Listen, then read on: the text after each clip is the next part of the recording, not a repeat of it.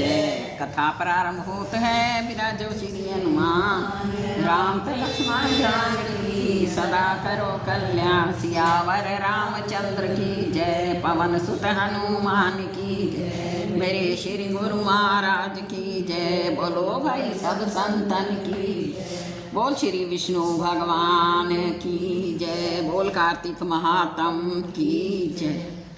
29वां अध्याय। राजा पृथु कहने लगे कि हे नारद जी, तुम पुराण वेद शास्त्र सबके जानने वाले हो, कृपा करके ये बताओ कि सब देवताओं की कितनी परिक्रमा करने से क्या फल मिलता है। तब नारद जी कहने लगे कि देवी की 1 परिक्रमा करो, सूर्य की 7 करो, अग्नि की भी 7 करो, गणेश जी की 3 करो और शिव जी की आधी, और पितरों की 4 अथवा 3 और विष्णु की 4। अब मैं ब्रह्मा जी का कहा हुआ एक इतिहास कहता हूँ, जिसमें बृहस्पति जी और इंद्र का संवाद है। वेवस्त मनवंतर में एक समय देवताओं सहित इंद्र बृहस्पति जी से पूछने लगे कि गुरु जी, ब्रह्मकल्प से पहले ये सृष्टि कैसी थी, इंद्र तथा देवता कैसे थे, उनका कर्म कैसा था, सो कहिए। तब बृहस्पति जी कहने लगे कि उस समय की बात तो हम नहीं कह सकते, क्योंकि उन बातों का 6 मनवंतर व्यतीत हो चुके हैं। आपके ही नगर में एक सुधर्म नाम वाला वह सब कुछ बतला सकता है, उसके पास चलिए। तब बृहस्पति जी सहित इंद्र सुधर्म के पास गए। सुधर्म ने दोनों का पूजन और सत्कार किया। इंद्र सुधर्म की लक्ष्मी और वैभव को देखकर बड़े विस्मय को प्राप्त हुए और कहने लगे कि हे सुधर्म, तुमको इतनी लक्ष्मी कैसे प्राप्त हुई, तुमने कौन सा यज्ञ और तप किया है, और तुम ब्रह्म कल्प से पहले की बात कैसे जानते हो, सो हमसे कहिए। सुधर्म कहने लगा कि हे इंद्र, जब चारों युगों को 1000 चौकड़ी बीत जाए तब ब्रह्मा का एक दिन होता है। उस दिन में 14 मनु और इंद्र होते हैं। हम विष्णु जी के लोक में रहे, तब वहाँ पर हमारे रहते हुए कई एक ब्रह्मा हो चुके हैं, जिनकी हम गिनती नहीं कर सके। फिर अब हम वहाँ स्वर्ग में आए, सो जो भी हमने अच्छा कर्म किया जिससे हमारी आयु इतनी हुई, सो तुमसे कहते हैं।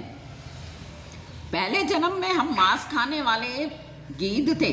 एक समय कार्तिक शुक्ला नवमी तिथि को हम श्री विष्णु जी के मंदिर में बैठे हुए थे कि एक शिकारी ने आकर हमको बाण मारा। हम बाण से घायल होकर मंदिर में आकर के गिरे, और जिस प्रकार मुझको गिरे देखकर मांस के लोभी एक कुत्ते ने आकर के पकड़ लिया। उस कुत्ते को देख करके और उसके पीछे भागे। मैं उनके डर के मारे मंदिर के चारों तरफ फिर करके भागा, दूसरे कुत्ते भी उसके पीछे भागे, जिससे सबकी प्रतीक्षणा हो गई। उसी समय मेरी मृत्यु होगी। इसी प्रतीक्षणा से भगवान बहुत प्रसन्न हुए और मुझको परम पद दे दिया। ये बात सुनकर के इंद्र अत्यंत प्रसन्न हुए और उन्होंने विधिवत भगवान की पूजा करके प्रतीक्षणा की। नारद जी कहते हैं कि हे राजन, कार्तिक शुक्ला नवमी को भगवान की पूजा और प्रतीक्षणा के समान ना कोई पुण्य हुआ है ना होगा। इससे पाप नाश को प्राप्त होते हैं। कार्तिक शुक्ला नवमी सत्य युग की आदि तिथि है। उस दिन दान, तप और यज्ञ का अनेकों गुना फल मिलता है। कार्तिक शुक्ला नवमी को यदि मथुरा जाकर प्रतीक्षणा करे तो उसके फल का तो कहना ही क्या है। प्रतीक्षणा में जितने पग पड़ते हैं उतने ही कुल वैकुंठ में जाते हैं। यदि मथुरापुरी में दूर हो तो दूसरी जगह प्रतीक्षणा करनी चाहिए।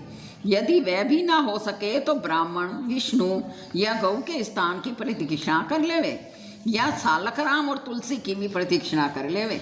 सारी पृथ्वी की समुद्र सहित प्रतीक्षणा करने से जो फल प्राप्त होता है, वही सालिकराम और तुलसी की प्रतीक्षणा करने से फल प्राप्त होता है। जिसने सालिकराम की प्रतीक्षणा की, मानव काशी जी की ही प्रतीक्षणा कर ली। ग्रहण में कितनी ही गोदान का फल, माघ में प्रयाग के स्नान का फल, अश्वमेघ यज्ञ का जो फल मिलता है, वही सालिकराम की प्रतीक्षणा से फल मिलता है। गौ, ब्राह्मण, देवता, मंदिर, ये सब सालिकराम की मूर्ति के बराबर हैं। ब्राह्मण, गौ, देवता का मंदिर, तुलसी का वन, पुण्य, साधु, वैरागी, जीवन मुक्त, गृहस्थ, पुराण, वेद, उपवेद, ये सब कार्तिक शुक्ला नवमी को गांव में ही वास करते हैं। प्रातः समय उठकर स्नान आदि से निर्वत होकर कमंडल लेकर भगवान का नाम लेकर यात्रा आरंभ कर दें। ओम नमो भगवते वासुदेवाय, ओम नमो भगवते वासुदेवाय या नमो नारायण, इस मंत्र का जाप करता जाए। यदि गांव की प्रदक्षिणा करे तो सूर्य उदय के पहले ही आरंभ कर दे। सूर्य उदय के बाद ब्राह्मण, देव, मंदिर, सालिक राम की मूर्ति की प्रदक्षिणा कर लेवे। इति श्री कार्तिक महात्म भाषा 29वां अध्याय समाप्त हुआ। बोल श्री विष्णु भगवान की जय। कथा समाप्त होत है, विदा हुए हनुमान, राम ते लक्ष्मण जानकी सदा करो कल्याण, सियावर रामचंद्र की जय। पवन सुत हनुमान की जय, मेरे श्री गुरु महाराज की जय। बोलो भाई सब संतन की जय। राम सिया